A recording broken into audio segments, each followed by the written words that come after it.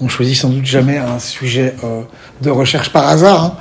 Hein. On est accompagné par un directeur de recherche, etc., etc. Mais moi, j'avais envie de creuser cette question de l'antisémitisme, puisque ça rejoint un peu ce que j'essaie de d'écrire dans mon dernier livre. C'est que, à l'échelle de ma famille, en fait, c'était un sujet qui a eu son importance, notamment au moment de l'affaire des otages français au Liban, parce que j'ai un patronyme, Kaufmann, qui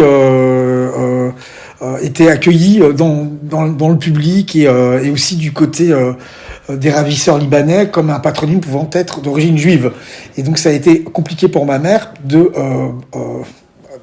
dans ce grand écart entre dire qu'on n'est pas juif parce que ça peut mettre en danger les otages qui sont quand même aux mains du djihad islamique, qui est une émanation du Hezbollah iranien, donc avec une très forte hostilité à Israël et aux Juifs, et en même temps ne pas donner le flanc aux critiques qui en France pourraient estimer que aller raconter sur les plateaux de télévision que l'on n'est pas juif, et bien finalement c'est tomber dans le piège tendu par les antisémites. Donc ma mère a très habilement choisi d'envoyer à Beyrouth très discrètement des photos de mon père en enfant de cœur, et puis de paraître dans des manifestations comme le Jour du Seigneur, enfin ce genre de choses, sachant qu'elle-même avait été élevée par les Ursulines, mais avait très brutalement rompu avec la religion pour devenir une anticléricale chevronnée à l'ancienne, parfois un peu caricaturale, et ayant pris en rejet toute son éducation religieuse, comme un certain nombre de membres de sa génération qui ensuite s'engageront notamment dans 68 et les mouvements gauchistes. Voilà.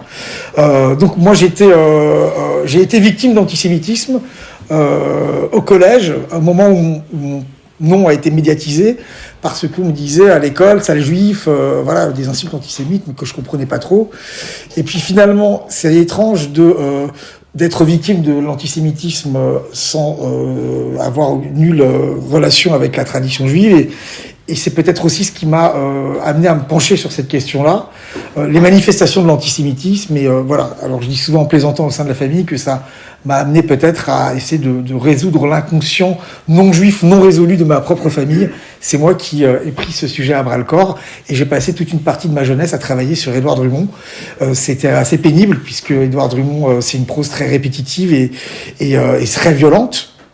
Mais en même temps qui est essentiel pour comprendre en fait et l'évolution des droites radicales et la naissance du nationalisme français. C'est à la confluence de plein de mouvements politiques de la fin du 19e siècle qui vont ensuite essaimer jusqu'au 20e siècle et jusqu'au 21e siècle. Et moi, ce que j'ai envie d'essayer de décrypter devant vous aujourd'hui, c'est comment finalement les mythes anti-juifs et les fantasmes associés à l'antisémitisme finalement évoluent, mutent. Il y a des métamorphoses en fait et des réinventions, puisque l'antisémitisme se caractérise avant tout par sa plasticité, par sa capacité d'évolution, d'adaptation à la conjoncture, en intégrant des mythes anciens, mais aussi en donnant naissance à de nouveaux mythes. C'est cette plasticité qui me semble intéressante à explorer sur le plan historique, et c'est aussi de savoir comment, à un moment, un message rencontre l'opinion publique, et comment ce qui nous amène aussi à nous interroger sur comment quantifier l'antisémitisme dans l'espace public. Alors évidemment, je vais tenter donc à partir de Drummond de souligner les différentes séquences entre la fin du 19e siècle et aujourd'hui, puisqu'aujourd'hui, évidemment, il suffit d'ouvrir la presse et de regarder la télé pour voir que le sujet se réinvite en force dans l'actualité. C'est un sujet qui a été, il a été étudié par des spécialistes, que durant la campagne des législatives, et même ça avait commencé aux européennes, l'accusation d'antisémitisme, la réfutation d'antisémitisme, la question d'antisémitisme était omniprésente. Elle a fait un retour dans le débat public et elle a été aussi à l'origine de querelles intellectuelles. Elle a fait la question de l'antisémitisme et des positionnements face à l'antisémitisme fait son grand retour depuis les massacres du 7 octobre et puis et surtout depuis cette échéance électorale où ça a été sans cesse une question débattue avec aussi à chaque fois que l'antisémitisme revient dans l'actualité politique, c'est souvent que le débat se clive, que la violence monte d'un niveau. Et on a observé depuis disons, à peu près un an, qu'il y a eu en effet cette forme de montée en radicalité dans le débat public et même aussi dans le débat intellectuel. Et c'est pas un hasard si l'antisémitisme arrive et se greffe là-dessus, et si cette question prend de plus en plus de place dans ce moment de tension et de grand clivage, quoi, que l'on connaît aujourd'hui, et qui personnellement m'incite à être plutôt pessimiste. Bref, pour commencer, pour schématiser un peu, moi j'ai travaillé sur Édouard Drummond, donc j'ai fait ma thèse sur Édouard Drummond.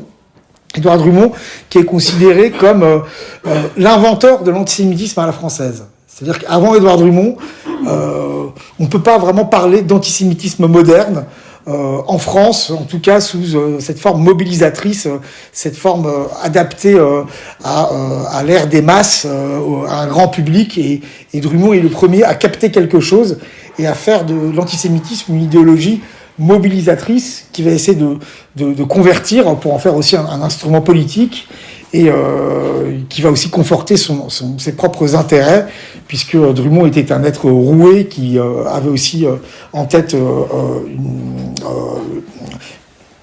ce qu'on pourrait nommer une forme de professionnalisation à travers l'antisémitisme, puisque l'antisémitisme lui rapporte beaucoup d'argent, et il y a aussi cette manière de souffler sur les braises pour tenter de vendre son journal, ses livres, de créer des ligues, etc., avec toute une toile de fond d'escroquerie et d'oiseaux de proie qui s'agitent dans les coulisses. C'est ça un peu l'univers de Drummond. C'est un peu la ligue de la presse parisienne, et on voit évoluer tout un petit monde un peu bigarré et peu recommandable autour de lui à la fin du 19e siècle. Alors, je vais commencer par vous parler de ce personnage, qui est Drummond. Drummond est né en 1844 à Paris. C'est le fils d'un petit fonctionnaire de l'hôtel de ville à Paris, qui travaille donc dans les bureaux là à l'hôtel de ville, et qui a épousé une femme. Ils ont 2 enfants. L'aîné, c'est Édouard Drummond. Il a également une sœur, et il est scolarisé au lycée Bonaparte. C'est aujourd'hui le lycée Condorcet, vous voyez, à Paris. Et il a une vie de famille plutôt stable. On est donc là au moment de la fin de la monarchie de Juillet et des débuts de la Deuxième République, et ensuite du Second Empire. Et son père d'ailleurs s'inscrit dans une filiation plutôt républicaine. C'est pas une famille qui est très proche, notamment de la religion catholique. Son père est plutôt libre penseur. C'est un petit fonctionnaire qui partage avec son fils Édouard Drummond ses enthousiasmes par rapport à Victor Hugo, un certain nombre d'auteurs, avec les livres sont quand même présents à la maison. Et donc il est au lycée Condorcet lorsqu'un drame familial surgit dans les années 1860, donc durant le Second Empire. C'est que le père d'Édouard Drummond en fait sombre dans la folie. Il sombre dans la folie. Il est atteint de l'hypémanie. En fait, c'est un terme médical tombé en désuétude et qui désigne un état de mélancolie délirante. Il peut plus s'occuper de sa famille, donc il perd son emploi, et il est interné à l'asile psychiatrique de Charenton, où il va finir ses jours. Il décédera juste après la guerre de 1870. Alors, c'est tout sauf anecdotique, puisque le 19e siècle est vraiment le siècle de l'hérédité. C'est le siècle où on pense vraiment que les tares, notamment mentales, se transmettent d'une génération à l'autre. Il suffit de lire Zola pour comprendre aussi la place de l'hérédité, de la toute-puissance de l'hérédité dans les mentalités. Et c'est aussi une notion qui inspire le discours savant, la littérature, la presse. Le 19e siècle, c'est vraiment le siècle de l'hérédité, voilà, où on valorise l'hérédité. Et donc évidemment, lorsque le père de Drummond est interné à l'asile, il y a évidemment Édouard Drummond, qui est jeune, qui a 16-17 ans, est regardé avec suspicion et par ses camarades et par les membres de sa famille. Par ailleurs, les familles moins rapprochées, on se demande si lui-même n'est pas destiné à finir lui-même ses jours à l'asile. Et toute sa vie, Édouard Drummond va essayer de conjurer cette menace héréditaire qui lui inspirait une peur panique. Et il va notamment, je pense, en tout cas, même s'il ne faut pas céder aux analyses trop psychologisantes, parce qu'il y a tout un faisceau de facteurs, mais il va trouver dans l'antisémitisme aussi une manière de réassurance, une manière de projeter cette hantise de l'hérédité sur le corps social, avec sans cesse ce recours à la métaphore médicale. Il va aller, par exemple, pour alimenter son antisémitisme, lire des aliénistes qui ont travaillé sur la folie, pour tenter de l'appliquer au corps social, en montrant que finalement, les Juifs étaient un microbe introduit dans un organisme resté sain jusqu'alors, pour un facteur de névrose qui aurait rendu la France malade, en fait, et qui l'aurait aussi efféminée. Ça, c'est des éléments qu'on retrouve dans l'expression de son antisémitisme. Mais on n'en est pas encore là. Ce qu'il faut comprendre, c'est qu'il y a l'immense brutalité, l'immense chagrin et l'immense commotion familiale de voir ce père aimé partir à l'asile. Et surtout, Drummond se retrouve chargé de famille et il va pas être à la hauteur, puisque il va traverser une période très difficile où il va nomadiser un peu dans Paris, il va un peu dormir sous les ponts, aller dans les foyers de nuit, il va fréquenter les garnis pour ouvriers. Il a connu la misère. Il a connu le peuple, et d'ailleurs il se targuera toujours de cette expérience pour se réclamer du peuple et manifester aussi un message très populiste, en disant que lui il avait connu les bas-fonds, il en était sorti.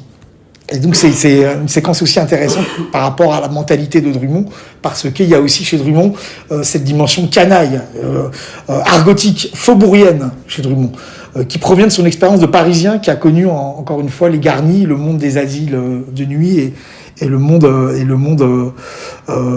interlope en fait du Paris du Second Empire.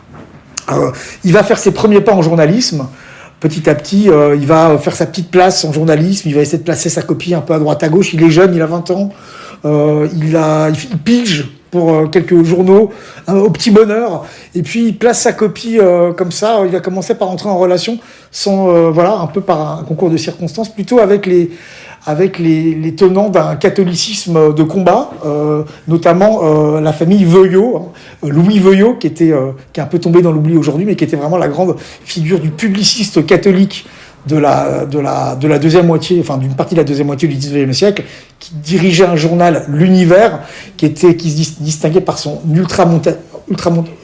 c'était les ultramontains, et on leur reprochait de prendre leurs directives à Rome, et Louis Veuillot était un polémiste de talent, avec le défenseur d'une identité catholique de la France, et qui sera au cœur de nombreuses polémiques dans les années 1860 et même avant 1850 et même 1840, parce qu'il commence tôt. Et donc il est formé un peu à la presse de combat avec Louis Veuillot. Il fait ses premiers pas dans la presse catholique. D'ailleurs, c'est intéressant. On voit dès ce moment-là fleurir dans ses premiers articles les premiers poncifs contre les Juifs. Il n'en fait pas une question centrale, mais on voit qu'il est déjà tributaire de cet anti-judaïsme religieux catholique qui circule un peu déjà dans le discours social, de manière diffuse, et qui imprègne déjà Drummond, quoi. Survient la guerre de 1870, la Commune. Alors, juste avant la guerre de 70, il est mêlé à une obscure affaire de chantage. On lui reproche d'avoir travaillé avec les services de police de la préfecture de Napoléon III. Et donc, il est mis au banc de la presse parisienne, il est humilié, et il trouve parmi ses détracteurs un certain nombre de journalistes d'origine juive, qui sans doute confortera aussi son antisémitisme. Après la guerre de 70, finalement, il se notabilise un petit peu, il commence à nouer des relations dans les salons littéraires parisiens, il continue à travailler pour la presse, il quitte la presse catholique pour aller vers la presse républicaine modérée. Il travaille très longtemps pour un journal qui s'appelle La Liberté. La Liberté, c'est un journal qui appartenait aux frères Pereire, famille de financiers juifs. Il va longtemps travailler pour eux et sans doute concevoir aussi une forme d'amertume par rapport à son statut de journaliste peu payé, comparé à ses propriétaires, les Pereire, qui prendra pour cible par la suite dans ses écrits. Et il va commencer donc à se constituer un réseau dans le monde de la presse parisienne, dans le monde des lettres parisiennes. Et c'est important, il va nouer une amitié durable et profonde avec Alphonse Daudet. Alphonse Daudet, qui a déjà son salon, il y a déjà, dans les années 1870, autour d'Alphonse Daudet, on voit passer Maupassant, on voit Edmond de Goncourt, Tourguenieff, tous les journalistes de l'époque. Et Drummond, voilà, il est très très proche de la famille Daudet. Et puis il publie quelques petits ouvrages d'érudition historique sur Saint-Simon. Il publie un petit roman un peu à l'eau de rose qui passe un peu inaperçu. On sent qu'il cultive aussi une forme de jalousie par rapport au succès d'auteurs plus heureux. Il se cherche, il est malheureux dans son siècle, déjà très hostile à la modernité. Et il épouse une femme plus âgée que lui. Il se marie un peu en cachette. Et d'ailleurs, Alphonse Daudet est son témoin. Et ce qui se passe, c'est qu'il va y avoir un virage très important en 1879-1880. Alors, où on en est historiquement à ce moment-là d'histoire de France? En gros, on en est au moment où les tentatives de restauration monarchique ont été vouées à l'échec immédiatement après la guerre de 70. Il y a eu l'épisode MacMahon, la République conservatrice d'Adolphe Thiers, et puis finalement, c'est vraiment la grande victoire des républicains modérés, des gambettistes, ce qu'on appelait les républicains opportunistes, c'est comme ça qu'on les appelait à l'époque, qui vont progressivement s'installer aux commandes. Et c'est l'époque qui voit la République se solidifier sur ses bases, la fin des années 1870, et c'est évidemment un motif de crispation et d'inquiétude, et pour les royalistes, et pour les bonapartistes, et puis aussi pour les catholiques, puisque c'est dès cette époque-là, il y a une offensive laïque de la République qui va aussi tenter de s'installer par volonté aussi de concurrencer le pouvoir de l'Église, et donc c'est en gros l'époque de Jules Ferry, de l'instruction gratuite et obligatoire, et donc il y a cette offensive laïque, anticléricale, presque on pourrait déjà le qualifier à l'époque d'anticlérical du gouvernement, et c'est à ce moment-là que Drummond va changer. Juste là, les républicains arrivent, Drummond se cherche, il évolue déjà dans un milieu politiquement plutôt conservateur, le bien public est un organe assez conservateur, et il va à ces moments, il y a une offensive contre les congrégations religieuses à ce moment-là, et là, Drummond va rencontrer un homme qui va changer sa vie, très clairement. C'est un jésuite très célèbre à l'époque, tombé dans l'oubli, mais qui a influencé beaucoup de personnalités politiques, notamment par exemple Albert de Mun, qui était le grand orateur catholique à la Chambre.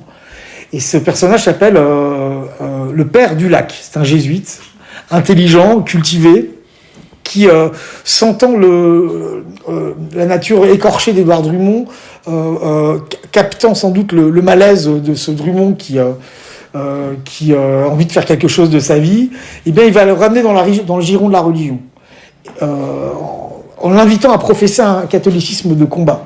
Et c'est à ce moment-là que Drummond, on a parlé parfois du caractère, les contemporains parlaient du caractère illuminé du personnage, et Drummond a le sentiment que Dieu s'adresse à lui. Qu'il est en connexion finalement avec Dieu, qui lui donne des directives. Il entend des voix. Très clairement, il l'écrit, il entend des voix. Il se convertit au catholicisme, déjà, c'est-à-dire qu'en fait, il revient vraiment dans l'Église, il se convertit au catholicisme, il se marie religieusement, il a une forme de crise mystique, et il pense être l'instrument d'une mission, et notamment l'instrument d'une vengeance, puisque il entend, Dieu lui commande de prendre sa plume et de taper sur les Juifs. Ça paraît très sommaire, mais c'est comme ça que Drummond le raconte. Il se sent investi d'une mission d'essence divine. Il va se lancer en secret, parce qu'il est toujours journaliste à la Liberté chez les PA à l'époque, dans un travail de recherche qui aboutira 6 ans plus tard à la publication du best-seller de l'antisémitisme français, La France juive, publié en avril 1886. Et donc Drummond va faire un travail de compilation. Il va aller aux Archives nationales, à la Bibliothèque nationale. C'est un autodidacte, Drummond. Donc il fait son miel de tout, quoi. Il va utiliser des sources hétéroclites, des traités historiques, beaucoup de presse, de l'iconographie, et il va faire une synthèse approximative, mais une synthèse. La France juive, c'est la synthèse de différentes traditions antisémites. Et Drummond est le premier parce que Drummond est un journaliste qui a ce 6e sens du journaliste, habitué à prendre le pouls de l'opinion. Il a été formé à la presse moderne.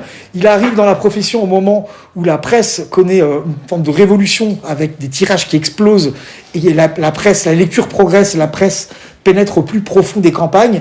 Et Drummond accompagne ce grand mouvement de la presse qui voit la presse se moderniser, s'industrialiser. C'est le début de la presse à un sou, c'est le début des immenses fourrages du petit journal, le matin. Il y a une abondance de titres qui fleurissent à cette époque-là. Il accompagne ce gros mouvement. Il est formé à l'école de la presse. C'est avant tout, d'abord et surtout, Drummond, un journaliste. Et il est le premier à avoir cette intuition, ce flair, et presque ce coup de génie, on va dire, parce que il le dit, parce que j'ai retrouvé sa correspondance avec le Père du Lac. Parce que le Père du Lac était expulsé avec ses congrégations. Il est en Angleterre. Drummond lui rend visite, lui fait lire son manuscrit, et surtout, il correspond avec lui. Et il hésite sur son manuscrit, il est pas content, il a des moments de creux, il hésite à abandonner, mais il dit quand même au Père du Lac, je sens que la question juive est dans l'air, elle est dans l'air, je le sens. Je sens que j'arrive au bon moment, quoi. Donc il sent quand même que ça va répondre à une attente. Il le fait aussi pour ça, quoi. Et donc il va, ces deux gros et lourds volumes, La France juive, sous-titré Essai d'histoire contemporaine, en gros, prétend faire la synthèse donc entre trois grandes traditions antisémites. La première, c'est l'antijudaïsme religieux, catholique, un antijudaïsme qui remonte au IVe siècle, on va dire, qui ensuite va prospérer dans la France médiévale. On pourrait remonter aussi au quatrième concile de Latran en 1215, où il y a des mesures très dures qui sont édictées contre les Juifs, cette volonté de ségréguer les Juifs, de se séparer d'eux. Le monde chrétien dresse une frontière souvent infranchissable entre eux et nous, eux et eux, quoi. C'est-à-dire, on crée les ghettos, on impose le port de la rouelle, on donne aux Juifs des signes distinctifs pour les reconnaître dans l'espace public, tout ça au nom de la religion. C'est le mythe du Juif déicide, c'est aussi le mythe du Juif ennemi de la chrétienté, c'est aussi le mythe du Juif qui persiste dans son exclusivisme religieux et dans son particularisme et qui refuse la conversion. Et aussi du point de vue catholique, parce que du point de vue catholique, normalement, selon les pères de l'Église, le juif doit se convertir, et notamment la présence du peuple juif témoigne de la grandeur du Christ, précisément parce qu'ils sont voués à se convertir. Donc c'est aussi un peuple témoin, c'est la doctrine du peuple témoin de saint Augustin. Les Juifs sont là, ils sont dans l'erreur, mais en même temps ils témoignent de la grandeur du message du Christ, car ils sont voués à se convertir au moins au jugement dernier, quoi. Il y a cette réflexion théologique autour du statut des Juifs qui remonte encore une fois au père de l'Église, mais on va voir au Moyen-Âge, dans cette tradition catholique, de plus en plus de massacres. Au moment, par exemple, de la Grande Peste, on va accuser les Juifs d'empoisonner les puits et les fontaines. On va les accuser aussi de meurtres rituels. Ça, c'est une accusation qui court du Moyen-Âge au XXe siècle. Et d'ailleurs, dans l'imaginaire, on peut penser que il y a certains arguments antisémites qui rappellent aussi se rattacher au crime rituel. Je rappelle que le meurtre rituel, c'est qu'en fait, on accusait les Juifs à la veille de la Pâque juive de s'emparer d'un enfant chrétien et de faire couler son sang pour composer le pain azim qui était donné à la veille de la Pâque juive. Et donc, on prétendait qu'il y avait des enlèvements d'enfants chrétiens par les Juifs et qui étaient mis au supplice. Et donc, c'était des rumeurs qui ont donné naissance à des émeutes anti-juives extraordinairement violentes au Moyen-Âge. Et qui participe totalement en fait du juif qui est dans la damnation, qui est de plus en plus associé aux démons, voire à la sorcellerie, et on brûle le Talmud en place publique. Il y a ces émeutes au moment des croisades, au moment de la Grande Peste. Il y a également aussi et puis l'Église encourage à la fois ce message hostile aux Juifs, mais en même temps, elle se positionne contre le massacre à grande échelle, puisqu'elle reste toujours dans cette posture-là qu'il faudrait convertir les Juifs, et que le message de l'Église, c'est qu'en fait, il faut aboutir à la conversion des Juifs. Mais il y a quand même des massacres que l'Église, dans certains cas, attise. Parfois, elle joue un élément plus modérateur, mais en même temps, ce sont aussi les foules qui s'emparent des quartiers juifs, notamment quand je parlais des accusations de crimes rituels, mais il y a eu aussi, par exemple, l'accusation de la profanation des hosties. On accusait les Juifs de prendre une hostie, de la profaner, en rappel du déicide. mais ça se finit toujours par un miracle puisque cette hostie se met à saigner, rappel de la doctrine de la transsubstantiation, et donc souvent après on dresse des chapelles sur ces endroits où les hosties ont saigné et ça devient des lieux de pèlerinage, voilà, ce genre de choses. Il y a donc ces accusations qui reviennent en force au Moyen-Âge et qui vont continuer à prospérer de manière différente, encore une fois, capacité d'adaptation et plasticité aussi des mythes anti-juifs, parce qu'on va avoir encore ces juifs s'inviter aussi dans l'antisémitisme moderne. Donc ça, c'est l'antijudaïsme religieux catholique, qui est vraiment la matrice de l'antisémitisme de Drummond. S'il y a vraiment une base, c'est celle-ci. Tout son antisémitisme s'édifie sur cette matrice réactionnaire, cléricale, ultra-catholique, et qui a d'ailleurs ses ancêtres au XIXe siècle, puisque après la Révolution française, il y a toute une doxa catholique antisémite qui va prospérer, notamment avec... on retrouve je parlais de Louis Veuillot, mais on retrouve des choses dans Louis de Bonald, on retrouve un peu des choses dans Joseph de Maistre de temps en temps. C'est-à-dire qu'en fait, évidemment, la Révolution française, elle a émancipé les Juifs. La France est le premier pays au monde qui, en 1791, émancipe les Juifs. On fait des Juifs des citoyens à part entière. Et dès lors, les Juifs vont embrasser avec fougue la modernité libérale et il va y avoir un moment de sécularisation où les Juifs vont finalement sortir du ghetto et s'adapter à la société moderne et vont se faire connaître souvent dans l'université, dans la finance, dans les professions libérales, etc., etc. Ce qui, du point de vue catholique, représente un danger puisque les Juifs sont associés à la Révolution française et sont finalement associés de l'avoir suscité et provoqué.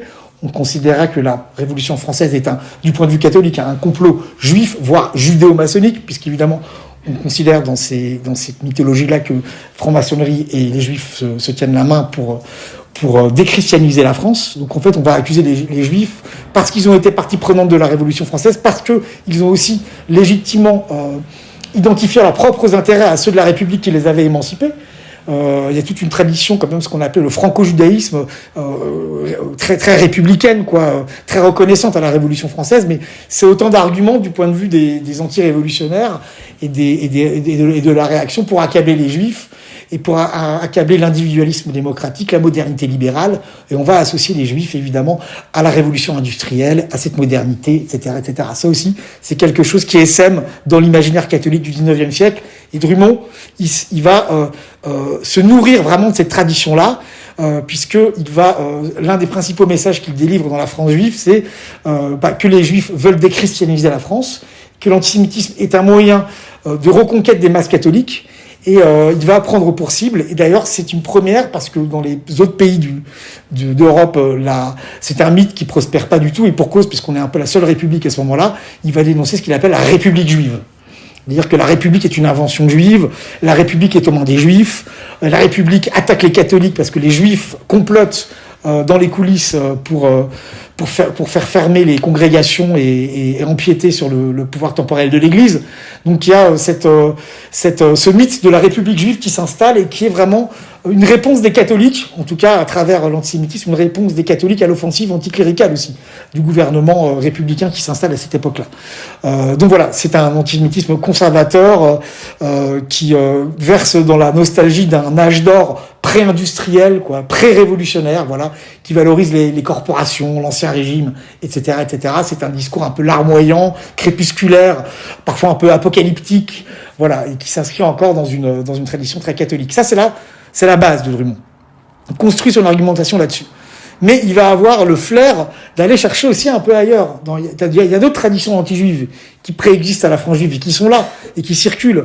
Et on n'arrive pas vraiment encore à les identifier, mais elles sont là, elles circulent dans le discours social, parfois dans les articles de presse. Il y a une grande tradition qui est la tradition qui vraiment s'exprime au XIXe siècle, qui est celle de l'antisémitisme économique, c'est-à-dire l'antisémitisme socialiste ou socialisant, qui reprend lui-même partie de l'antijudaïsme clérical catholique, puisque les catholiques accusaient également les juifs de pratiquer le taux à intérêt qui était interdit au monde chrétien, et donc le mythe du juif financier, le mythe du juif usurier est quelque chose qui est inscrit, enquisté dans les mentalités catholiques, mais qui va également essaimer à l'extrême gauche.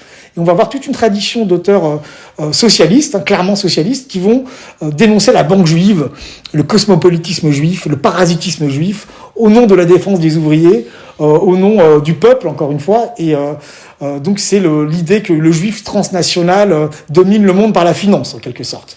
C'est le mythe de la finance anonyme et vagabonde. C'est un terme qui sera employé beaucoup au début du XXe siècle, pour le coup.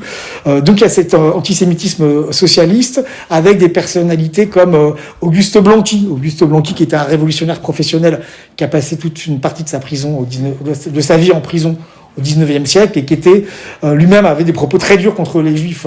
L'un des pères de la tradition libertaire, théoricien révolutionnaire, Proudhon a des passages très durs contre les Juifs. Il assimile les Juifs au parasitisme. Il dit que le Juif est un intermédiaire, un accapareur toujours frauduleux. Il y a chez Proudhon une véritable hostilité à l'encontre des Juifs, mais on voit aussi chez Marx, qui lui-même était d'origine juive, une forme de dénonciation des Juifs à travers le capitalisme et vice-versa. Et il y a des auteurs moins connus à l'époque, mais un auteur socialiste qui publie à la fin des années 1840, donc bien avant Drummond, un livre intitulé Les Juifs rois de l'époque, et c'est un socialiste, et voilà, il s'attaque aux Juifs dans un livre, il leur consacre un pamphlet, parce qu'il leur reproche d'être à l'origine de l'exploitation ouvrière et du phénomène de classe qui est dénoncé par les socialistes à l'époque. Donc cette tradition de gauche, l'antisémitisme de gauche, alors évidemment, on en reparle beaucoup aujourd'hui avec ce qu'on a un peu sous les yeux, et ça on en reparlera tout de suite, mais cet antisémitisme de gauche, il existe, il est présent, et Drummond, il va faire son miel également de ces écrits-là. Il va injecter dans son pamphlet des éléments appartenant à cette tradition antisémite de gauche. Quand il dénonce le capitalisme, il dénonce aussi l'enjuivement de la démocratie, l'enjuivement de la démocratie, d'accord, mais aussi de l'aristocratie qui aurait abdiqué devant la finance juive. Il y a vraiment l'occurrence du patronyme Rothschild dans la France juive, c'est incroyable. Il est obsédé par le mythe Rothschild. Rothschild. Il y en a que contre les Rothschild, et donc, mais alors il va regarder dans les bottins mondains de l'époque, il va dénoncer aussi la famille Camondo, les Pereire qui ont été ses patrons, toutes les grandes familles juives de l'époque vont se retrouver dans le viseur de Drummond, qui développe un discours très anticapitaliste au nom de la défense des classes populaires aussi. Il y a ce côté plébéien chez Drummond. Il prétend parler au nom du peuple. Et donc cet anticapitalisme antisémite, il se fait aussi, il verse aussi dans une forme de populisme. Et ça, avec aussi ce sens de la formule qui fait que Drummond est aussi un polémiste de talent. Quand on lit Drummond suscité chez son lecteur la colère, la haine, et parfois le rire, mais un rire, enfin plutôt un ricanement. C'est-à-dire, il y a des lecteurs de Drummond qui disent, moi je lisais Drummond dans ma petite chambre de bonne, j'étais étudiant, et j'étais hors de moi, il fallait que je sorte pour me remuer, il fallait que je marche dans la rue pour faire un effort physique pour que ça sorte, quoi. C'est-à-dire, il arrive à susciter, à pianoter sur toutes les gammes, en fait, des affects et des sentiments, et pour susciter chez son lecteur la haine et la colère, quoi. Et voilà. L'indignation. Donc, tradition, il y a une troisième tradition, qui va s'agréger aux deux autres. C'est la grande tradition qui, pour le coup, est plus récente encore que, on pourrait aussi la faire remonter d'une certaine manière à l'Inquisition. C'est la tradition de l'antisémitisme racial, biologique. La tradition on va essayer de biologiser le juif avec un discours scientiste, on va essayer de l'inférioriser au nom de la science. Et alors là, c'est intéressant parce qu'on pourrait, et on va commencer à parler de pureté de la race. On va commencer à s'interroger sur la forme des crânes. On va tenter aussi d'établir une relation entre la composante corporelle du juif et son organisation mentale. On va essayer de le somatiser, on va essayer de le classer, on va essayer de hiérarchiser, quoi, parce qu'à l'époque, on adore hiérarchiser les races, etc. Et donc, ça, c'est une tradition qui est déjà présente au XIXe siècle.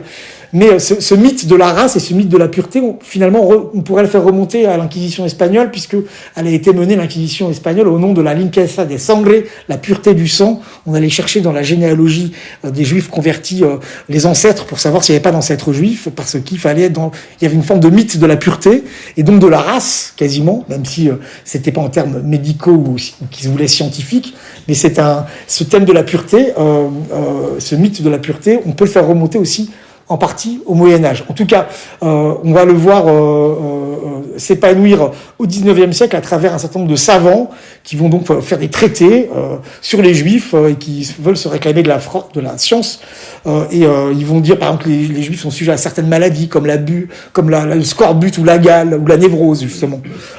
Mais alors, c'était intéressant parce que cette tradition, pour le coup, elle est plutôt héritière de la tradition républicaine, puisque en fait, ces traditions scientistes, elles se réclament de l'examen critique et du savoir, et elles prétendent s'exprimer au nom de la science, et donc contre l'obscurantisme. Donc, c'est aussi quelque chose qui a pu fleurir dans le sillage des penseurs des Lumières. C'est une tradition qui est aussi héritière des Lumières, d'une forme de modernité anticlérical, parce qu'en fait cet antisémitisme racial est souvent anticlérical, puisqu'on accuse on accuse à la fois les chrétiens et les juifs, puisque les juifs ont enfanté le christianisme finalement, et donc il y a aussi un antisémitisme racialiste anticlérical qui se manifeste déjà à la fin du XVIIIe siècle et qui va en continuer à faire des émules au XIXe siècle. C'est compliqué, mais rien n'est simple. Mais en tout cas, voilà, il y a toutes ces traditions très contradictoires. Hein, c'est encore une fois, c'est concilier souvent des contraires. Mais Drummond est le premier qui fait cette synthèse, quoi. Alors, dans le cas de Drummond, il n'est pas très à l'aise avec le discours scientifique. Ça, c'est plutôt alors que les Allemands, eux, à la même époque, sont tout à fait à l'aise, les Herr-Professeurs qui vont théoriser la hiérarchie des races. Drummond, il n'arrive pas trop à dire, est-ce que la race, c'est quoi? C'est la religion? C'est la patrie? C'est l'ethnie? Il sait pas trop, quoi. Il sera quand même il va pas creuser l'effort théorique. Il restera un peu mal à l'aise par rapport à la notion de race, quoi. Le racialisme, il est beaucoup plus germanique, en fait, et voilà. Il met quand même des postulats par rapport à l'inégalité naturelle entre juifs et non-juifs, etc. Il y a quand même des discours qui empruntent à l'imaginaire du racisme dans la France juive. Donc il greffe ces trois traditions.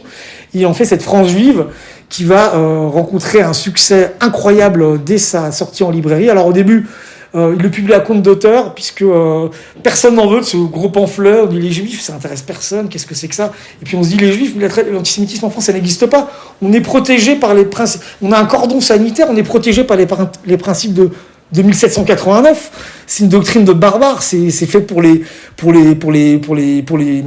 Germains, c'est pour l'ère germanique, voire le monde danubien pour les Russes, où il y a des pogroms, où il y a des affaires de crimes rituels. Mais en France, on pense qu'on est totalement protégé contre l'antisémitisme du fait qu'on est le pays de la Révolution française et des Lumières. Et donc, d'ailleurs, c'est intéressant puisque dans les premiers articles consacrés à la France juive, certains critiques disent ça prendra jamais en France. Au prochain salon là, où on exposait les peintres, on n'en parlera plus. Ça, c'est fini, ça va être un feu de paille. Certains pensent vraiment que ça va pas prendre en France, quoi. Qu'il y a une forme d'incompatibilité entre le tempérament national et l'antisémitisme tel qu'il existait déjà dans d'autres pays européens. D'ailleurs, c'est intéressant de s'intéresser aussi à l'étymologie du mot antisémitisme. C'est une traduction de l'allemand, antisémitismus.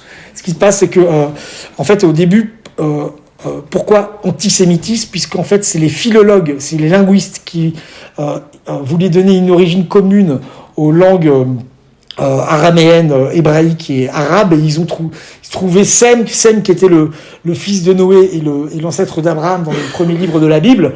Ils ont vu Sem, sémite, antisémitisme. Alors au début, c'est pas une catégorie raciale, c'est quelque chose qui vraiment dérive d'une classification philologique, quoi, qui est une invention de linguistes français et aussi un peu allemand surtout, un peu français avec Ernest Renan, mais le premier qui invente l'expression antisémitismus, qui donnera antisémitisme juste après en France, c'est un journaliste et agitateur socialisant d'ailleurs allemand, qui s'appelle Wilhelm Marr, qui invente le terme, et qui va ensuite trouver sa traduction en France, quoi, et qui commence à investir vraiment le discours social dans les années 1880, à l'époque où Drummond publie La France juive, en fait, en quelque sorte, quoi.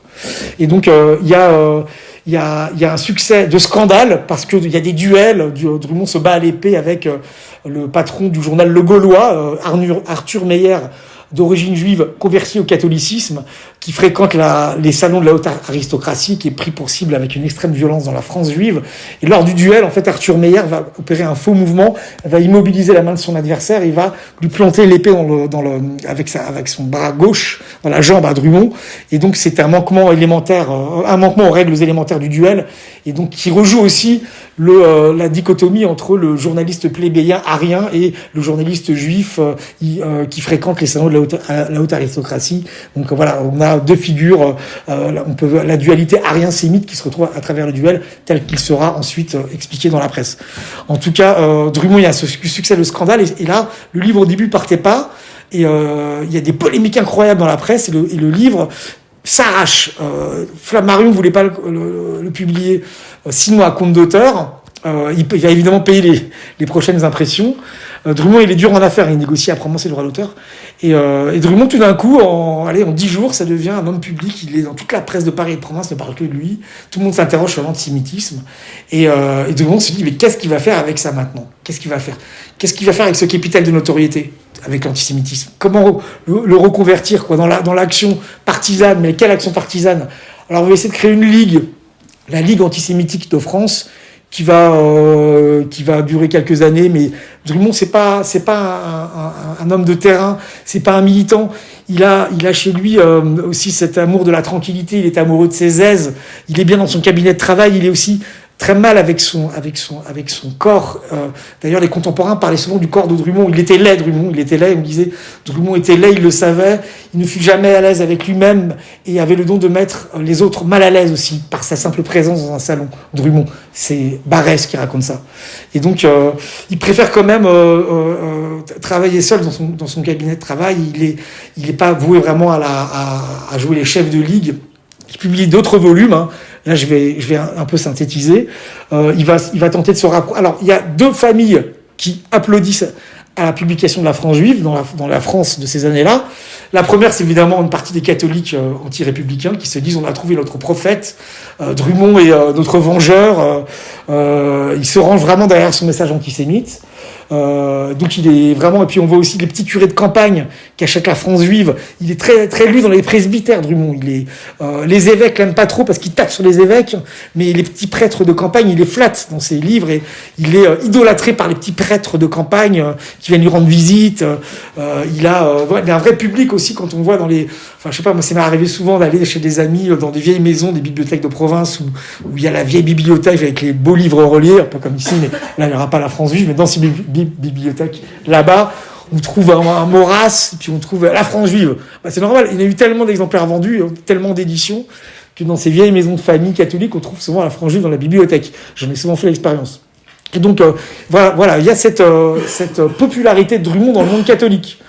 Mais pas seulement. C'est pas étonnant, puisque ceux qui vont applaudir aussi, ils sont à l'extrême gauche. C'est les socialistes, mais sous réserve.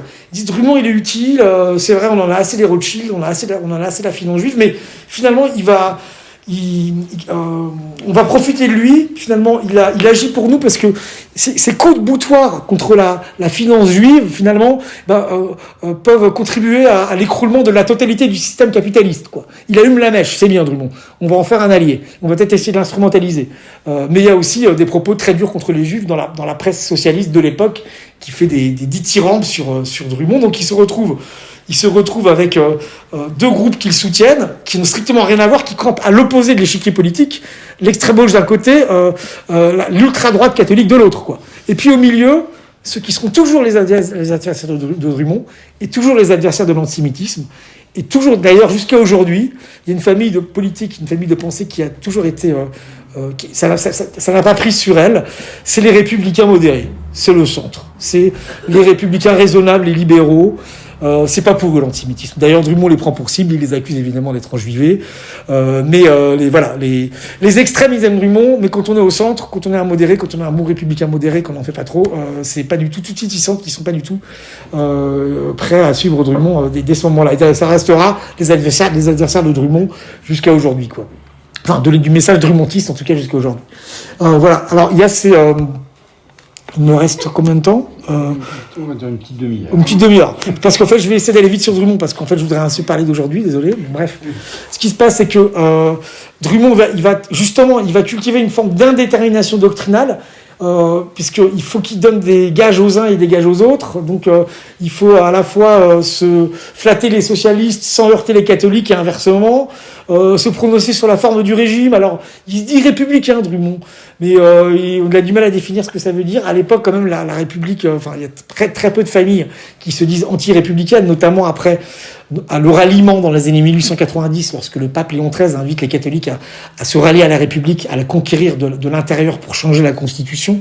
Il y a un grand mouvement à l'œuvre dans le monde catholique, où les catholiques eux-mêmes, à part une petite fraction, tenter de jouer la carte républicaine.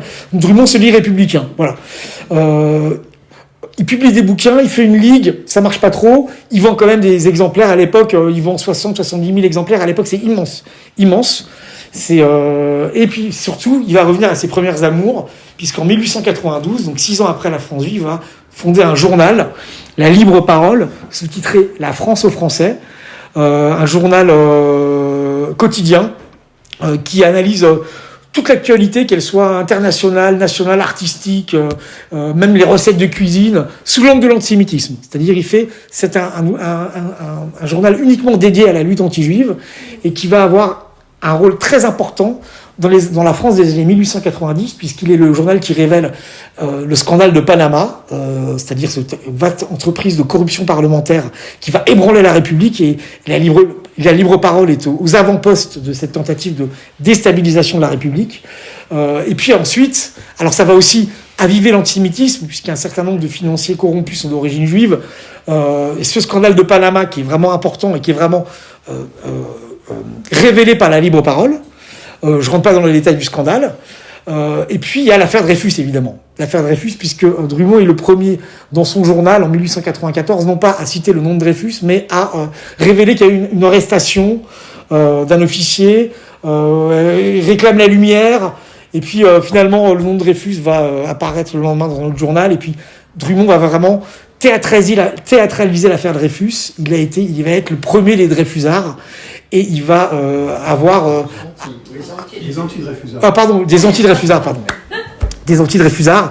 Et il va camper vraiment l'anti-dreyfusisme le plus maximaliste, le plus extrémiste, l'antisémitisme le plus décomplexé. Pour aller très très vite, il en sort finalement perdant de cette affaire Dreyfus, puisque lui qui avait réussi à cultiver cette indétermination en ayant à la fois des soutiens à l'extrême gauche et aussi du côté de la droite catholique, et bien, avec l'affaire Dreyfus, les masques tombent en quelque sorte, et Drummond va se retrouver associé au cléricalisme, au césarisme et à la réaction. Il va voir ses soutiens de gauche s'éloigner de lui, quoi, qui reconnaissent l'adversaire, quoi. C'est-à-dire, c'est le cléricalisme, c'est la dénonciation de la République, c'est Drummond, on n'a plus rien à faire avec lui. Jaurès, Rouanet, Jules Guesde, même Jules Guesde qui est quand même un peu plus ambigu, comprennent quand même qu'ils ont affaire à un adversaire commun, que Drummond menace les libertés républicaines, et qu'il y a donc ce virage à droite de l'antisémitisme drummondiste qui va, dans les années 1900, petit à petit se déliter, et on va voir cette dérive conservatrice de l'antisémitisme qui ne concerne plus qu'une seule chapelle, celle des catholiques et de la droite, et on voit la gauche et les tenants du régime républicain qui se sont retrouvés à la faveur de l'affaire Dreyfus, finalement, s'éloigner de l'antisémitisme et s'éloigner de Drummond. Voilà. Et Drummond meurt dans l'oubli, à demi aveugle et à demi ruiné en 1917. D'ailleurs, on voit que sa mort passe quasiment inaperçue. Mais il aura quand même formé toute une génération de nationalistes qui auront fait leurs premières armes à la libre parole, qui auront guerroyé avec lui dans la presse, avec toutes ces affaires de duel. Il restera aussi, voilà, on commence aussi, après sa mort, à s'interroger sur son héritage. Et il y en a un personnage qui prend le relais, qui va être vraiment essentiel, c'est Charles Maurras, qui lui va créer l'Action française et qui lui va être le premier à opérer cette incroyable transgression de dire la monarchie postule, le nationalisme postule la monarchie, qui elle-même postule l'inégalité naturelle entre les hommes, et qui légitime son antisémitisme. Il fait une rupture, parce que là, le nationalisme jusqu'à présent était essentiellement républicain, et là, il devient monarchiste avec Charles Maurras. À l'école de l'Action française, on verra plein de figures, Léon Daudet, et puis aussi les plus jeunes, comme Brasillac, Rebattet, qui deviendront des collaborationnistes pendant la guerre, vont verser dans le maurassisme, au moins au début. Il va être à l'origine de toute la formation de tous les cadres du nationalisme français, puisque Maurras est le premier à produire un véritable effort théorique, il était un véritable théoricien, au contraire de Drummond, qui était avant tout un journaliste, même si Maurras était aussi un journaliste. Et donc il y a l'Action française qui reste ce grand mouvement à cause duquel plutôt l'antisémitisme continue à circuler dans la France de l'entre-deux-guerres. Voilà. Il y a le régime de Vichy, il y a la collaboration, il y a évidemment aussi cette manière de faire du mimétisme avec l'antisémitisme nazi qu'on observe à partir des années 30. On voit d'ailleurs de manière très symptomatique que les drumontistes pur sucre, en fait, pur jus, ceux qui se réclament vraiment de Drummond et qui se tiennent à distance de Maurras pendant l'occupation, choisissent pas Pétain, ils choisissent Hitler, c'est-à-dire qu'ils dénoncent le régime de Vichy, un régime enjuivé. D'ailleurs, c'est normal, à Vichy, c'est Jérusalem sur Allier, il y a des juifs dans tous les bureaux, et puis comment ça se fait qu'on en voit encore dans Paris, même Hitler est presque trop mou pour eux, quoi.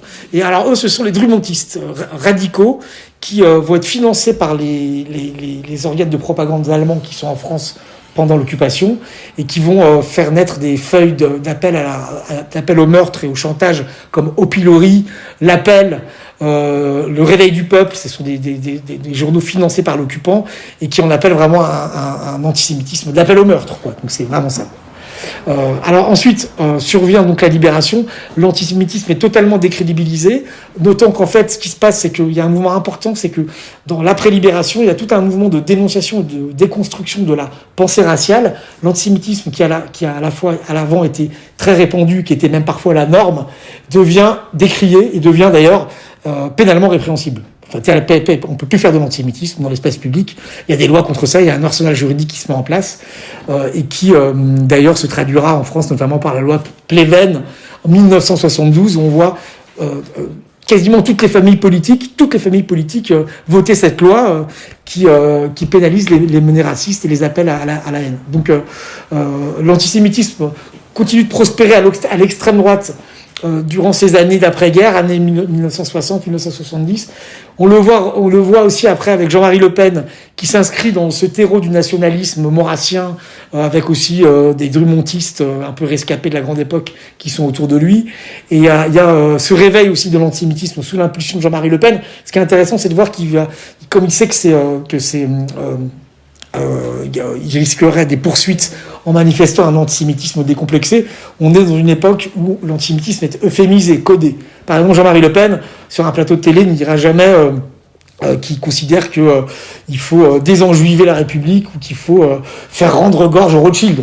Qu'on va lui dire Jean-Marie Le Pen, êtes-vous antisémite? Il va dire, écoutez, merci beaucoup Albert Duroy de me poser la question, je suis absolument pas antisémite. D'ailleurs, il y a au Front National un certain nombre d'Israélites français, et donc je suis absolument pas antisémite. Ceci dit, pour autant, je ne me sens pas obligé d'applaudir à chaque discours de Laurent Fabius, de m'extasier devant la peinture de Chagall, ou de tomber en pamoison devant les articles de Jean Daniel, en gros.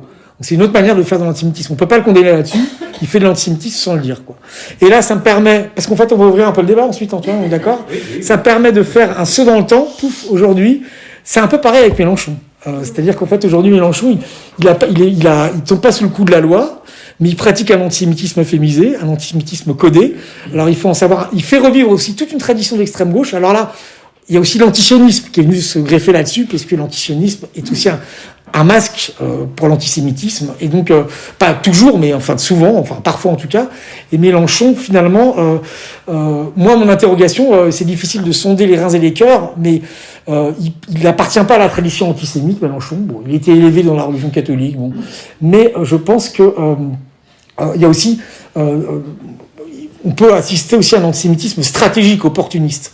Je pense qu'en fait, il y a une part chez lui d'antisémitisme opportuniste, parce que qui vise en fait finalement à conforter sa popularité dans le monde arabo-musulman, puisque évidemment, et ça les études d'opinion le montrent, il y a évidemment un retour dans l'antisémitisme des cités. On a tué des juifs après la guerre. Quand est-ce qu'on a tué des juifs? Quand c'était des djihadistes comme Mohamed Merah ou l'Hyper Cacher, quoi. Donc pour la première fois, de nouveau, on tue des juifs en France. Et ça, c'est encore une autre tradition qui elle-même recycle des mythes de l'antisémitisme européen. J'ai pas parlé des protocoles des sages de Sion, mais j'aurais pu. Voilà. Donc, et alors on voit un Mélenchon qui à la fois pourrait faire revivre une forme de tradition antisémite, anticapitaliste, puisque je l'écoutais là dernièrement, on disait de toute façon on peut plus rien dire. Il y a 8 magmas financiers qui tiennent toute la presse, hein. Et puis on peut plus parler parce que c'est eux qui tiennent l'opinion, voilà. Alors ils nomment personne, mais il y a une forme de complotisme, voilà, de conspirationnisme derrière ces propos-là. Il y a évidemment chez des propos très ambigus, par exemple, qui va dire à Jérôme Guesde, qui ne s'est jamais revendiqué du judaïsme, qui se revendique citoyen français et militant socialiste. Il lui dit, vous avez rompu avec le judaïsme républicain de gauche universaliste. Il le renvoie, il l'essentialise, il le renvoie à son judaïsme. Ce genre de choses. La fameuse affiche de Hanouna, voilà.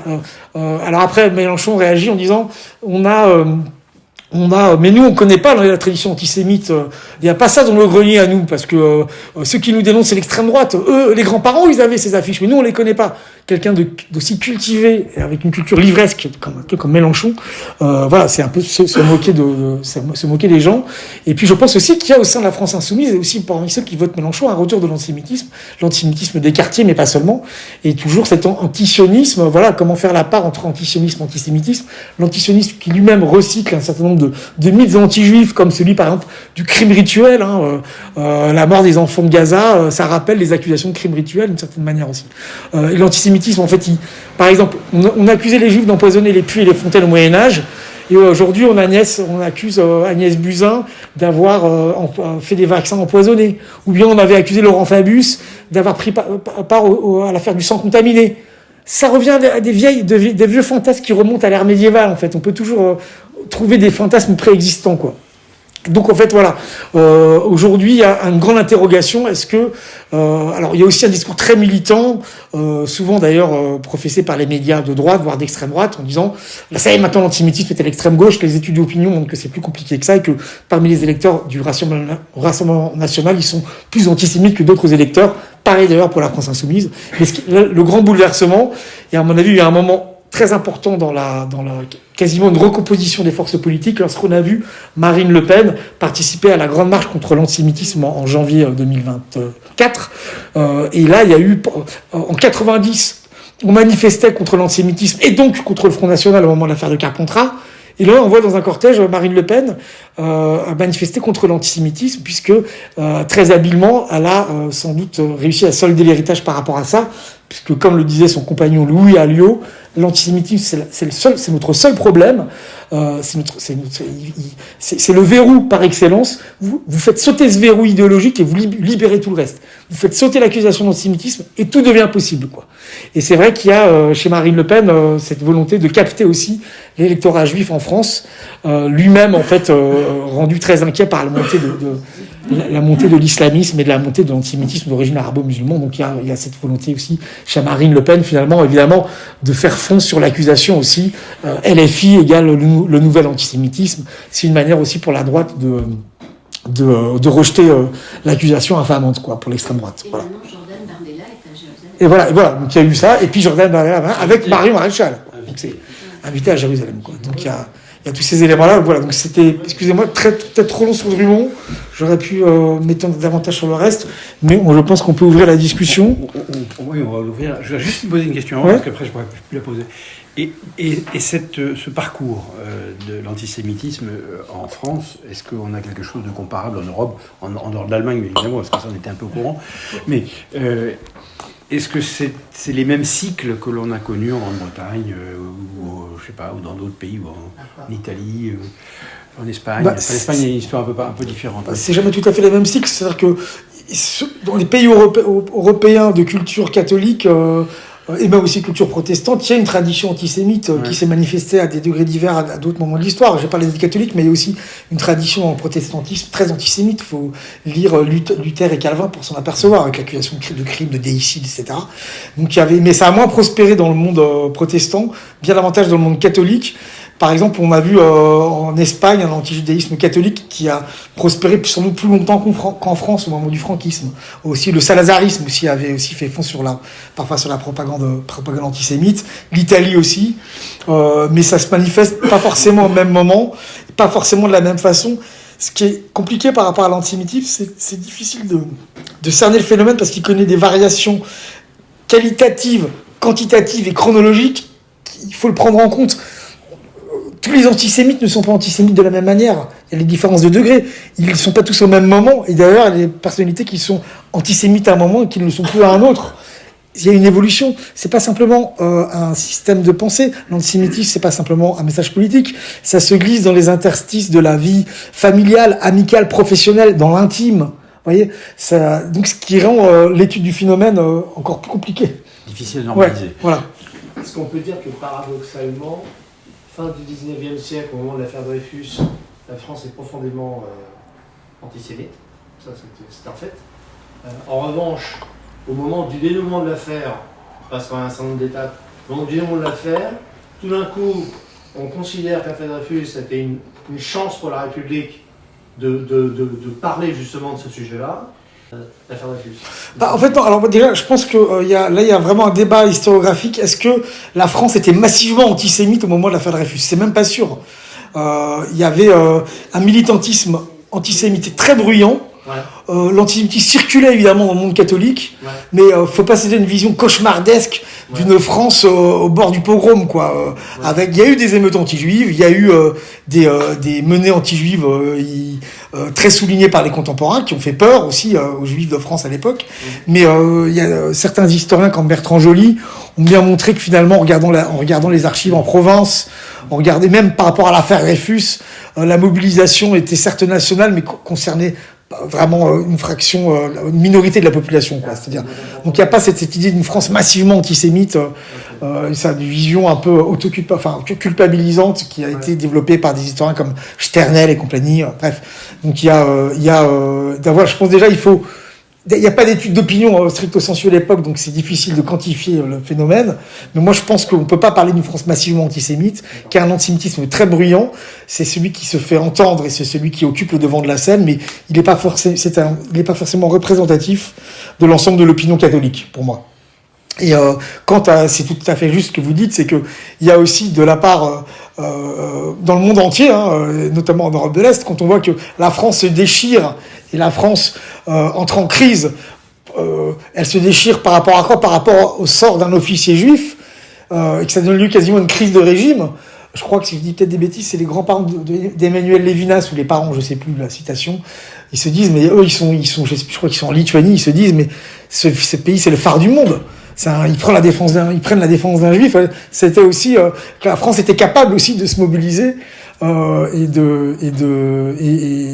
y avait cette dimension-là aussi il y a quelque chose d'intéressant, c'est que par exemple il y a des élections législatives en 1898 en pleine affaire Dreyfus, juste après J'accuse, 3 mois après J'accuse. Et en fait, dans les professions de foi des candidats, l'affaire Dreyfus. Alors, est-ce que c'est une émission volontaire parce que c'est un sujet qui clive? Ou bien c'est simplement parce que ça n'intéresse pas les électeurs? En tout cas, on trouve très peu de mentions à Dreyfus dans les professions de foi électorales en 1898, toutes tendances confondues. Alors par contre, en Algérie, il y a eu, alors pour le coup, là, c'est un autre problème en Algérie. Drumont est élu député d'Alger en mai 1898, candidat anti-juif. Il va créer à la Chambre le groupe parlementaire anti-juif qui va regrouper une trentaine de députés, ça va être variable, et un peu moins de 20, plutôt 20 que 30. Et donc parce que lui, il va évidemment profiter des émeutes, où là, il y a vraiment des juifs qui sont tués, il y a vraiment des quartiers qui sont pris pour cible, il y a des émeutes très très violentes. Je rentre pas dans le détail parce que l'antisémitisme algérien offre des points communs avec celui qui qui sévit en métropole, mais il y a une histoire très particulière. C'est pour le coup, c'est pas du tout c'est pas un antisémitisme essentiellement catholique, mais qui se greffe sur un enjeu politique, sur un problème entre républicains opportunistes et radicaux par rapport au décret Crémieux qui a émancipé. C'est aussi un problème électoral. Enfin bref, il y a aussi ce qu'on appelait les néo-français, c'est-à-dire les colons d'origine italienne, maltaise ou espagnole, qui à eux arrivaient avec leur antisémitisme catholique, qui sont aussi greffés au phénomène. C'est compliqué l'antisémitisme. Vous avez raison, il y a eu aussi un groupe parlementaire anti-juif, et Drummond est élu sur un programme uniquement anti-juif quand il est en Algérie. Il y a une affiche de candidat qui s'appelle Villet, Ouais. et sur lequel il y a écrit candidat antisémite. Voilà, ouais, ça c'est au moment du boulangisme. Alors j'ai pas parlé du boulangisme, je pouvais pas parler de tout, mais il y a aussi le mouvement boulangiste, juste quasiment au moment de la France juive, quand il va se déliter, il va commencer à verser dans l'antisémitisme. L'antisémitisme, c'est souvent une réaction de perdants, en fait. Les perdants face à un monde qui change trop vite, les perdants pris de vertige face à la mondialisation néolibérale, l'inquiétude, le sentiment de subir une forme de mépris social, d'être infériorisé. Ça fait toujours le terreau de l'antisémitisme.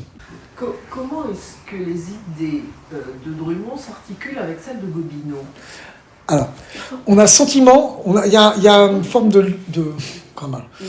une pensée paresseuse qui voudrait intégrer Gobineau dans la grande tradition des pères fondateurs de l'antisémitisme. Voilà. Pas du tout. Il n'y a pas d'antisémitisme chez Gobineau. Il infériorise d'autres catégories, mais pas les juifs, qui recueillent plutôt sa sympathie. Il les infériorise pas. Mais il considère que c'est une race à part. Oui, alors il en fait une race à part, il lui donne des caractéristiques sans l'inférioriser. Voilà. Oui. Il en fait une race à part, mais... Le fait d'en faire une race à part, c'est quand même le fondement. C'est-à-dire qu'il a une vision raciale et de l'humanité, oui. Mais à partir du moment où il crée des catégories et qu'il les hiérarchise... Avant Gobineau, on ne peut pas être raciste, parce que... Si. Il y avait déjà une notion... La pensée raciale, elle fleurit vraiment dans le sillage des Lumières, quoi. C'est-à-dire, il y a une pensée raciale qui s'institue. Alors, ce qui me permet aussi de rebondir sur cette idée-là, qui est intéressante aussi, parce que l'antisémitisme provient aussi au XIXe siècle que les Juifs, sous l'effet de la sécularisation et de l'assimilation, échappent au repérage. Il n'y a plus de signes distinctifs pour les reconnaître dans l'espace public, ce qui va créer une peur panique chez les antisémites, une peur de l'indifférenciation. D'ailleurs, Drummond dit il n'y a rien de pire que le juif vague, celui qu'on ne peut pas reconnaître. Donc il y a toujours dans l'antisémitisme cette obsession du fichage, de la liste. Il faut les marquer, il faut les ficher, il faut les reconnaître. Étoile jaune. On publie, au moment de l'affaire Dreyfus, des bottins par département avec tous les noms des commerces juifs. Il faut les voir, il faut qu'on les identifie, puisqu'ils ont perdu leur signe distinctif. Ils sont invisibilisés sous l'effet de l'émancipation consécutive à la Révolution française, qui est, du point de vue catholique, enfin en tout cas du point de vue d'un Drummond, quelque chose d'extrêmement inquiétant. En fait, après, c'est les lois de Nuremberg, et après, il faut... c'est que ça dépend, il y a plusieurs écoles en quelque sorte, mais là, par exemple, le régime de Vichy, le premier statut des Juifs va s'inspirer de la loi de Nuremberg, où il fallait avoir retrouvé, il est considéré comme juif celui qui a au moins 3 grands-parents juifs, ou bien par là, il faut avec... Non, bien sûr que non. Alors après, il y a eu des savants illuminés au moment notamment le professeur Montandon, qui faisait des expertises, et puis il pensait qu'il y avait des groupes sanguins particuliers. Le groupe B était juif, enfin bref, c'était... Ouais. En criminologie aussi. Céline était très, très, très féru de ces théories, Louis-Ferdinand Céline. Vous avez beaucoup parlé donc, des fondements chrétiens, on va dire, de l'antisémitisme. Est-ce qu'on voit apparaître dans le catholicisme français en particulier, ce qui est bien attesté dans les pays anglo-saxons et milieux protestants, ce qu'on appelle le sionisme chrétien, c'est-à-dire une forme d'antisémitisme assez particulière qui consiste à militer pour que les Juifs retournent en Palestine, puisque c'est la condition première pour qu'à la fin des temps, la fin des temps arrive d'abord, il faut qu'ils rentrent pour se convertir. Est-ce que ça, c'est bien attesté chez les protestants, notamment avec le pasteur Bush, loin des autres, vers 1850, mais est-ce que ça existe? Dans le monde catholique, pas à ma connaissance, c'est un temps, parce que Filiou publie un bouquin où il parle beaucoup de ça. Filiou en parle beaucoup. J'ignorais un peu, moi, je connaissais pas ces sensibilités-là, et il a découvert quelque chose là, vraiment intéressant. Alors, non, en revanche, je n'ai pas... Pour la France, je ne pense pas. sous réserve, j'ai pas étudié spécialement la question. En revanche, ce qui est intéressant, c'est que quand Herzl publie l'État juif en 1897, l'acte fondateur du sionisme, il y en a un des seuls en France à le lire et à applaudir, c'est Drummond. C'est Drummond. En fait, Drummond, et les sionistes aussi vont tenter de convaincre leurs coreligionnaires grâce à l'épouvantail Drummond, l'intégration n'est pas possible, donc Drummond pouvait être un allié objectif d'une certaine manière. C'est ce que dit Max Nordau, qui est aussi un des pères fondateurs du sionisme, et Drummond se dit sioniste, quoi. Ça peut paraître il dit, en 1888, il fait un article, il est un des premiers à publier une critique du petit bouquin de Herzl dans La Libre Parole. Il dit, c'est formidable, c'est peut-être la solution de la question juive, elle est là, chacun chez soi. Restons bons voisins, mais chacun chez soi, quoi. En gros, c'est ce que je dis. Au même moment, beaucoup de juifs sont tout à fait hostiles au sionisme. Il y a une anti-sioniste. Complètement. Les représentants communautaires juifs en France sont très hostiles au sionisme. C'est socialistes, eux ils sont l'intégration, ils sont le franco-judaïsme. Donc ils ont absolument pas du tout envie qu'on leur parle d'un État juif. J'aimerais presque à une deuxième question, mais alors là c'est pour rebondir sur ce que vous avez dit en passant très vite, où aujourd'hui, quasiment, on confond antisémitisme et antisionisme. À vrai dire, pour une raison, enfin il y a des tas de raisons évidemment, les gens confondent juifs et israéliens, etc. Mais il y a aussi le fait que c'est Netanyahou lui-même, c'est-à-dire l'extrême droite israélienne, qui a déclaré il y a ça au moins déjà 10 ans, il s'appuie là-dessus, de toute façon l'antisionisme n'est qu'une nouvelle forme de l'antisémitisme. Ce qui est absurde puisqu'il y a une littérature d'auteurs juifs antisionistes qui bien sûr. Couvrirait tous les rayons de cette bibliothèque et bien au-delà. Oui, complètement. Simplement, est-ce que justement, c'est pas entraîner la confusion entre deux attitudes? Je dirais qu'il y en a une troisième, c'est l'hostilité à la politique de Netanyahou. Oui, bien sûr. Autre chose, c'est même pas l'antisionisme. Parce qu'en fait, l'antisionisme, si on considère que c'est la volonté de voir aboutir à la destruction de l'État d'Israël, bon, c'est un antisionisme radical. Si c'est un antisionisme, on peut aussi appeler une forme d'antisionisme une critique plus modérée de la politique de Netanyahou. Bon, voilà, après, c'est difficile d'essentialiser le terme, hein, ça recouvre tellement d'attitudes différentes. Et puis, c'est vrai, il s'agirait pas de mettre un trait d'équivalence entre antisionisme et antisémitisme. Mais l'antisionisme est vraiment devenu le paravent de plus en plus derrière lequel s'abritent les antisémites. C'est encore plus compliqué parce qu'il a aussi été utilisé par les antisémites. En tout cas, merci. Merci beaucoup de votre accueil.